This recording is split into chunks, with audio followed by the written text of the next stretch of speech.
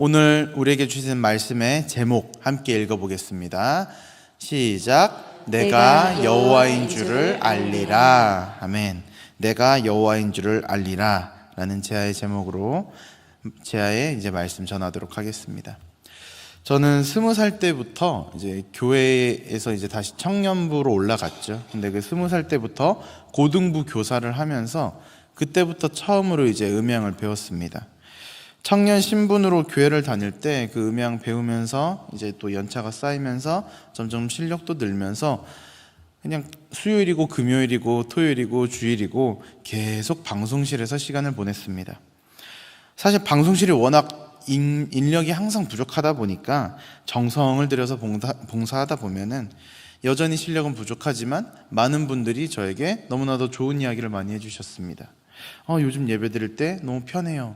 예전이랑 뭔가 달라진 것 같아요.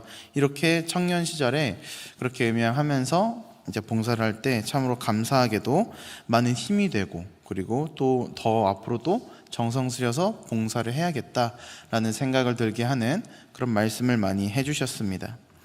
그런데 이렇게 열심히 섬기다가 보면 여름이 다가옵니다. 그러면 수련회가 있거든요. 그러면 이제 또 고등부 수련회도 가고 청년부 수련회도 가면서 그 밤에 집회 그 뜨겁게 찬양할 때 그 시간이 찾아옵니다.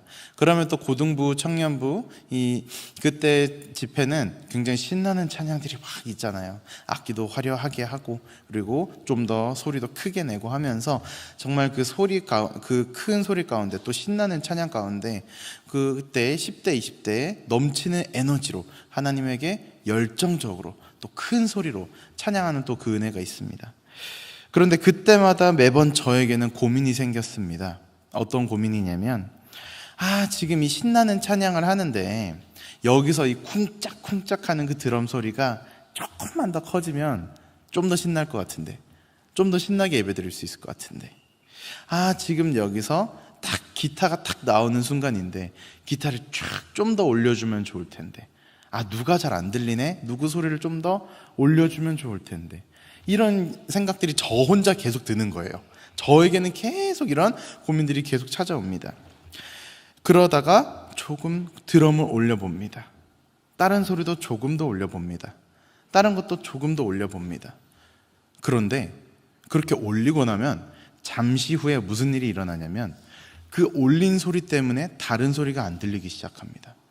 그래서 다른 소리를 또 올려요. 그렇게 몇 번만 반복을 하잖아요. 그러면 소리가 엄청나게 커져 있습니다. 오히려 예배에 방해될 정도로 소리가 커져 있습니다. 저도 이렇게 소리가 자꾸 커져서 오히려 예배를 망치게 하는, 그런 방해가 되게 하는 그런 경험을 했던 적이 몇 번 있습니다. 사실 표면적으로는 더 기쁘고 신나게 이 청년들이, 또 이 학생들이 하나님을 찬양할 수 있도록 돕고 싶다라는 명목으로 그렇게 했습니다만, 사실 되돌아서 생각을 해보면 제 마음속에는 제가 더 신나는 소리를 좀 만들어 보고 싶었고요. 오늘 소리가 너무 좋았어요. 형, 오늘 소리가 너무 좋아서 제가 열심히 찬양했어요. 우리 진짜 오늘 너무 좋았어요. 라는 이 칭찬을, 이 인정을 너무나도 받고 싶었던 것 같습니다. 그게 그렇게 좋더라고요. 하지만 그 칭찬을 기대하면서 했던 제 선택이 오히려 무리수가 되어서 돌아왔던 경험을 몇 번 한 적이 있습니다. 이처럼 오늘 본문 말씀에도 겉으로 보이기에 명분은 되게 좋지만 그 안에는 다른 마음을 품고 있었던 인물, 바로 아하방이 등장합니다. 아하방은요, 우상을 섬기던 대표적인 악한 왕이죠. 이런 아하방이 오늘 말씀을 이제 쭉 보다 보면 하나님에게 너가 너의 죄 때문에 죽게 될 거야 라는 심판의 메시지를 받게 됩니다. 그런데 아하방이 죽게 되는 이유는 우상을 섬겨서가 아니었습니다. 우상을 섬긴 것도 아하방의 굉장히 큰 죄들 중에 하나입니다. 하지만 결정적으로 하나님이 너가 이렇게 행했기 때문에 죽는다 라고 했던 것은 우상을 섬겨서가 아니었습니다.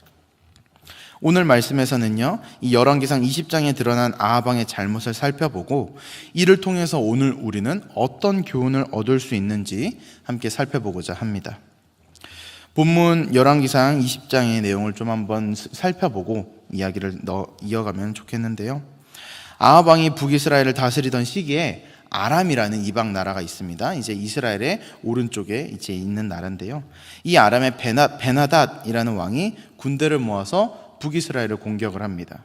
이제 북이스라엘은요, 이 아람 군대에게 연달아 패하면서 결국엔 수도인 사마리아 성이 포위되기에 이릅니다. 그리고 아람과 북이스라엘은 성이 포위된 상태에서 총 2번의 전투를 벌이는데, 이 과정이 오늘 말씀 열왕기상 20장에 다 상세히 기록이 되어 있습니다. 그리고 오늘 본문인 20장 26절부터의 내용은 그중 2번째 전투와 그 후에 있었던 일들을 기록하고 있습니다.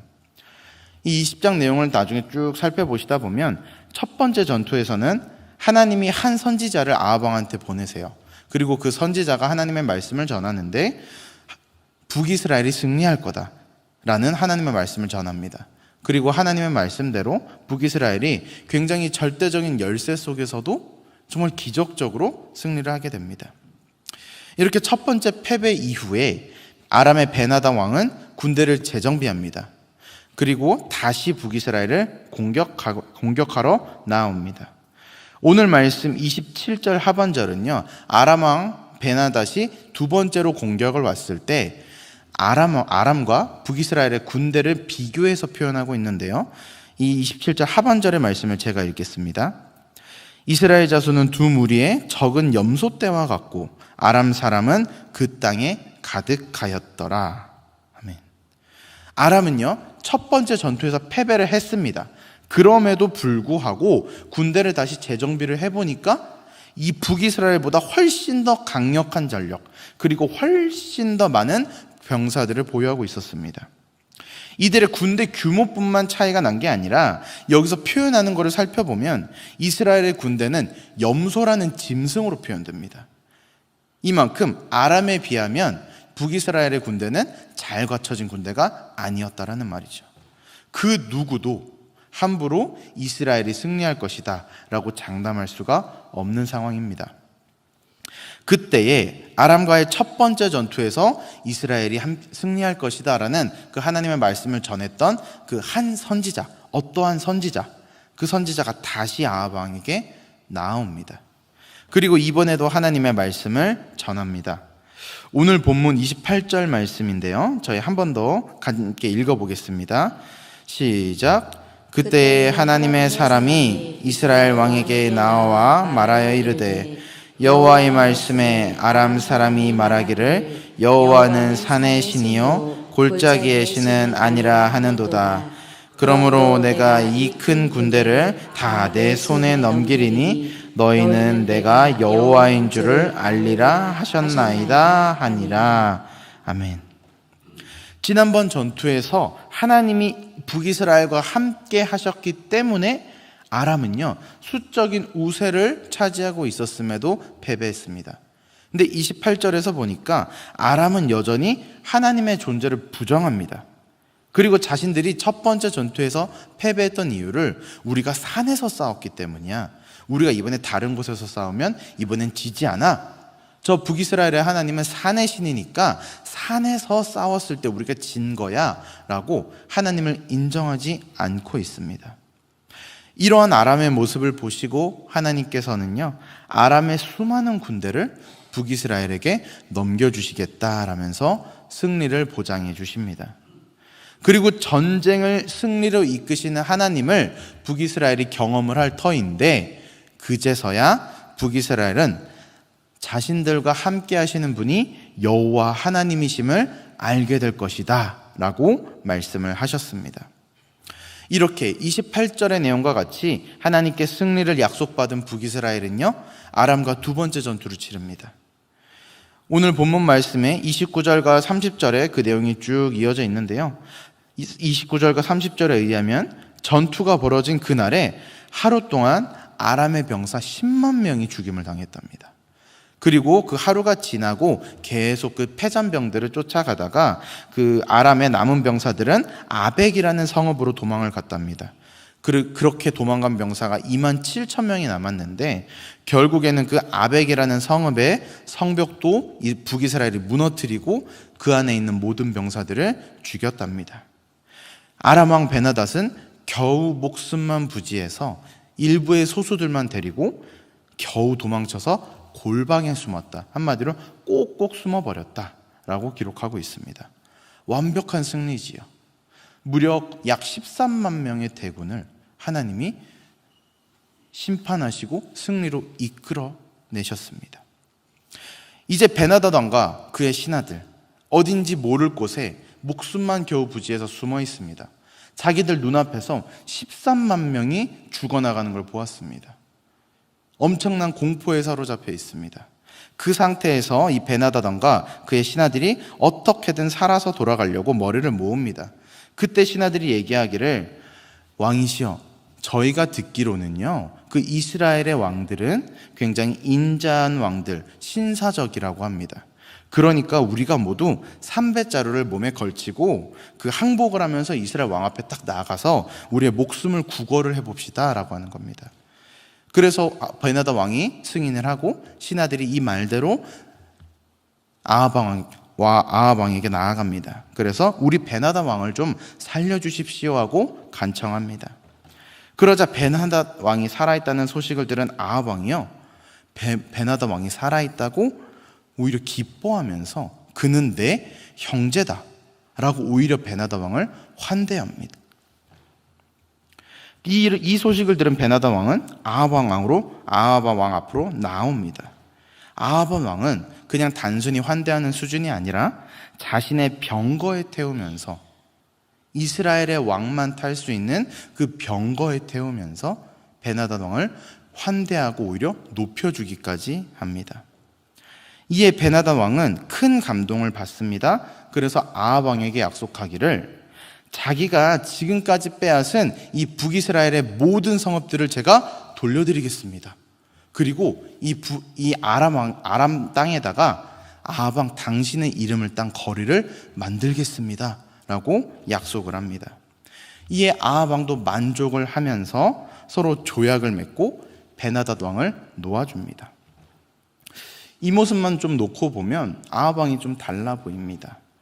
적국의 왕을 무참히 그냥 죽여버리고 자기의 이름을 드높일 수도 있는데, 그를 용납하고 살려주어서 오히려 아람이 뺏어간 성읍들도 다 받아냈고요, 평화적인 외교적 평화를 이끌어낸 모습으로 보입니다. 근데 아합은요, 바로 이 일로 인해서 죽게 됩니다. 오늘 말씀 뒤에 있는, 오늘 함께 읽지는 않았는데요, 오늘 말씀 뒤에 있는 열왕기상 20장 42절의 말씀을 함께 읽어보겠습니다. 시작. 그가 왕께 아뢰되, 여호와의 말씀이 내가 멸하기로 작정한 사람을 내 손으로 놓았은즉 내 목숨은 그의 목숨을 대신하고 내 백성은 그의 백성을 대신하리라 하셨나이다. 아멘. 아합 왕은요, 하나님이 멸하기로, 하나님이 죽이시기로 작정하신 베나닷 왕을 놓아주었습니다. 이로 인해서 베나닷 왕 대신에 너 아합 왕이 죽게 될 것이다. 아람의 백성들 대신에 너희 북이스라엘의 백성들이 죽게 될 것이다 라고 하나님이 지금 말씀하시는 겁니다. 아합 왕이 저지른 잘못은요, 표면적으로 보기에는 하나님이 죽이시기로 작정한 그 베나닷 왕을 놓아주었기 때문입니다. 그래서 사람의 시선으로 볼 때는, 아니 이게 왜 문제가 되지? 아니 오히려 평화적으로 잘 해결을 했잖아요. 자기의 적을 동지로 만들었잖아요. 이렇게 보여지기도 합니다. 그러나 아합 왕의 내면을 들여다보면요, 그는 하나님이 하시는 일을 이루어갈 때에 하나님의 방법이 아니라 자기가 보기에 좋은 방법으로 행했다는 점이 문제였습니다.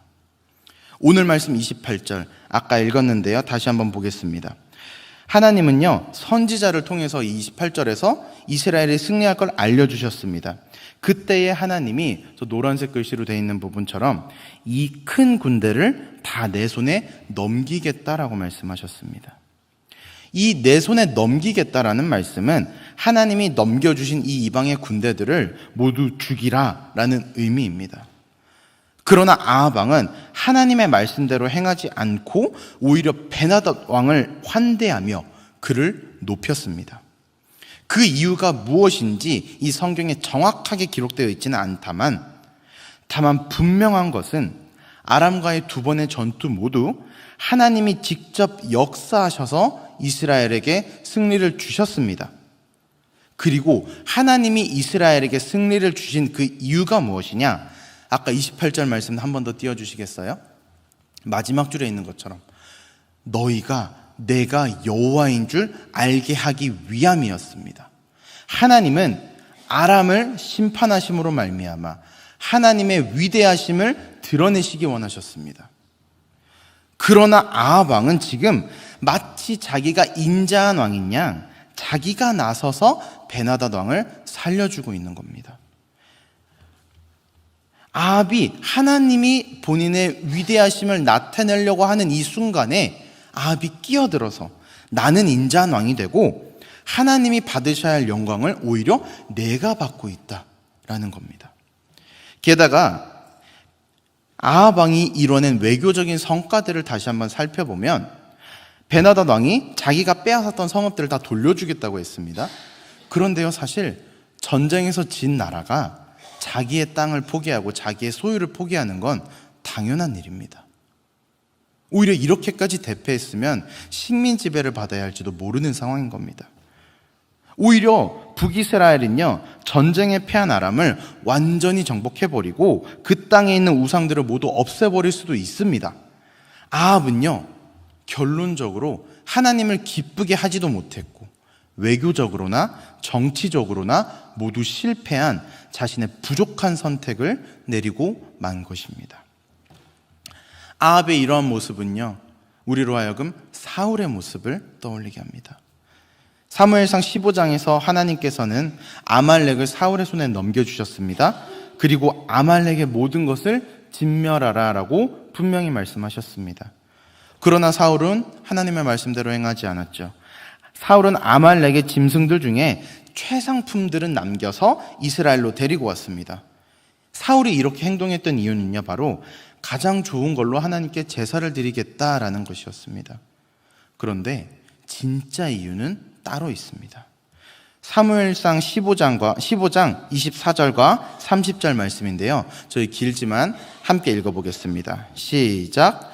사울이 사무엘에게 이르되 내가 범죄하였나이다. 내가 여호와의 명령과 당신의 말씀을 어긴 것은 백성을 두려워하여 그들의 말을 청종하였음이니이다. 사울이 이르되 내가 범죄하였을지라도 이제 청하옵나니 내 백성의 장로들 앞과 이스라엘 앞에서 나를 높이사 나와 함께 돌아가서 내가 당신의 하나님 여호와께 경배하게 하소서 하더라. 아멘. 사울 왕은요, 24절에 보니까 하나님이 아니라 본인이 사람을 두려워했다라고 실토합니다. 그래서 사람들이 보기에, 자기의 국민들이 보기에, 자신이 보기에 좋아 보이는 방법을 선택했습니다. 그래서 사울을 버리고 사무엘이 돌아서는데 30절에서 그 사무엘을 잡고 이야기를 하는 겁니다. 이대로 가지 마시고 나랑 같이 좀 돌아갑시다. 그래서 내 백성의 장로들 앞에서 그리고 이스라엘 앞에서 나를 좀 높여달라고 지금 이야기하고 있는 겁니다. 사울의 본심이 드러난 순간이지요. 사울이 아말렉의 짐승들을 모두 죽이지 않고 그 중에 가장 좋은 것들을 살려온 표면적 이유는 하나님께 제사하기 위함이었습니다. 그러나 사울의 진심은 하나님을 핑계로 자기가 더 높임받기 위해서 그러한 일을 행했습니다. 우리의 왕은 아말렉에게 완승을 거둘 정도로 강해. 그런데 단순히 강하기만 한 게 아니라 하나님을 얼마나 사랑하면 저렇게 크고 좋은 짐승들을만 다 골라서 하나님께 저렇게 제사를 드릴까? 이 모습을 사울은 기대를 했을 겁니다. 이 평가를 듣기 위해서 사울은 하나님을 기만했습니다. 그 결과가 무엇이었습니까? 하나님은 사울을 버리셨습니다. 그리고 사울은 결국 비참한 최후를 맞게 되었습니다. 이와 같이 아합 왕도 하나님이 일하시고 있는데 그 하나님의 일하심을 자기가 생각하기에, 자기가 보기에 좋은 것으로 가져다가 결정하고 판단하고 하나님의 일을 사람이 생각하는 수준의 일로 만들어버렸습니다. 그렇게 아합 왕은 하나님의 영광을 가로채는 죄악을 저지른 결과로서 죽임을 당하게 된 것이지요. 그렇다면 우리는 어떠한가요? 지금 이 시대는 어떠한가요? 오직 하나님께만 영광이 되는 삶을 살려고 하지만, 그렇게 살아야 한다는 걸 알지만 자꾸만 나 자신을 높이고 드러내려는 본성 때문에 혹시 치열하게 싸우고 계시진 않으신가요? 고민하고 기도하고 계시진 않으신가요? 나의 시간과 노력을 들여서 하나님의 일에 동참하는 것이 참으로 기쁨이 되고 하나님께 영광이 되기를 바라다가도 어느새 우리 마음 가운데에는 내가 들인 노력과 내가 들인 시간에 비해서 그에 준하는 칭찬이나 인정을 받지 못하면 괜시리 서운한 마음이 드는 것도 어쩔 수 없는 사실입니다. 때론 이 교회에서 중요한 결정을 할 때에도 결정의 기준이 하나님의 말씀이 아니라, 하나님의 뜻이 아니라 함께하는 사람들의 호불호가 될 때가 있습니다. 물론 현실적인 측면을 고려하는 것도 너무나도 중요합니다. 그리고 함께하는 사람들의 마음을 고려하여 그 누구도 마음이 상하지 않게 하는 것 너무나도 중요합니다. 그러나 교회는 하나님의 것입니다. 그리고 이 세상은 하나님의 것입니다. 하나님의 것은 하나님의 방법으로 이루어져야 합니다. 하나님의 일은 하나님의 방법으로 이루어져야 합니다. 하나님의 뜻이 이루어져야 하는 것이 바로 이 교회이고 이 세상인 것입니다. 그런 이 점을 기억한다면 하나님의 말씀은 구하지 않고 철저히 사람이 보기에 좋은 것, 사람들을 위한 것, 나만을 위한 것, 이러한 결정을 내린다면 그것은 하나님 보시기에 잘못된 결정이라 할 수 있을 것입니다. 이 세상을 바라볼 때에도 이 세상이 점점 하나님이 아닌 사람을 두려워하는 것만 같아 마음이 아픕니다. 사람들이 보기에 옳은 것이 하나님 보시기에 옳지 않다면 우리는 그것이 옳지 않다라고 과감히 소리쳐야 하지만 그것조차 틀린 것을 틀린 것이다 말하면 그것이 잘못되는 것 같아 눈치를 보게 되는 이 상황이 참으로 마음이 아픕니다. 그래서 우리는 오늘도 기도해야 하겠습니다. 오늘 말씀의 아합 왕과 또 사울 왕과 같은 실수를 우리는 저지르지 않기 위해 철저히 기도하고 또 우리 마음 가운데 분별할 수 있는 영을 달라고 함께 기도해야겠습니다. 우리가 어떤 마음을 가지고 하나님의 일에 동참을 하든지 간에 하나님은 이 온 세상 가운데에 하나님이 여호와 되심을 분명히 나타내실 것입니다. 하나님의 이름이 여호와 하나님이심을, 이 세상의 창조주이시요 이 세상의 주관자 되시요 이 세상의 유일한 능력 되심을 분명히 드러내실 것입니다. 그 모든 것의 마지막에는 하나님의 영광만이 남을 것입니다. 그러니 오늘을 살아가는 우리는 하나님의 일에 동참한다, 하나님의 일에 함께하고 있다, 나를 사용해달라라고 이야기하는 우리는 혹시나 내가 하나님의 일에 동참한다고 하지만 그 과정 가운데서 나를 높이고 있지는 않은가 점검하는 삶을 살아야 합니다. 나의 본성이 그렇게 연약하다는 걸 인정하고 매일매일 하나님 앞에 철저히 낮아짐을, 철저한 겸손을 구해야 합니다. 또한 이 세상이 하나님이 아니라 사람을 자꾸만 두려워해가고 있다는 걸 우리가 인정한다면, 이 세상을 우리가 그 안에서 어쩔 수 없이 살아가고 있음을 인정한다면 우리는 하나님께 우리가 이 세상을 살아가면서 무엇을 두려워하고 있는지, 두려워해야 하는지 이것을 분별하게 하는 그 지혜의 영을 달라고 함께 기도해야 하겠습니다. 우리 하늘빛 광성교회 모든 성도님들의 삶은 여호와 하나님께만 영광을 올려드리는 삶이 되기를 축복합니다. 우리 하늘빛 광성교회 성도님들의 삶을 통해 이 땅 가운데 하나님의 이름만이 우뚝 서기를 축복합니다. 이를 위하여 우리 함께 나를 점검하고 이 땅을 위해 기도하고 오직 하나님의 영광만이, 하나님의 뜻만이 이 땅 가운데 바로 서기를 함께 기도하며 또 그 일 가운데 내가 겸손히 함께 하나님의 일에 동참하게 해달라고 나아가는 우리 모든 성도님들 될 수 있기를 예수님의 이름으로 축복합니다.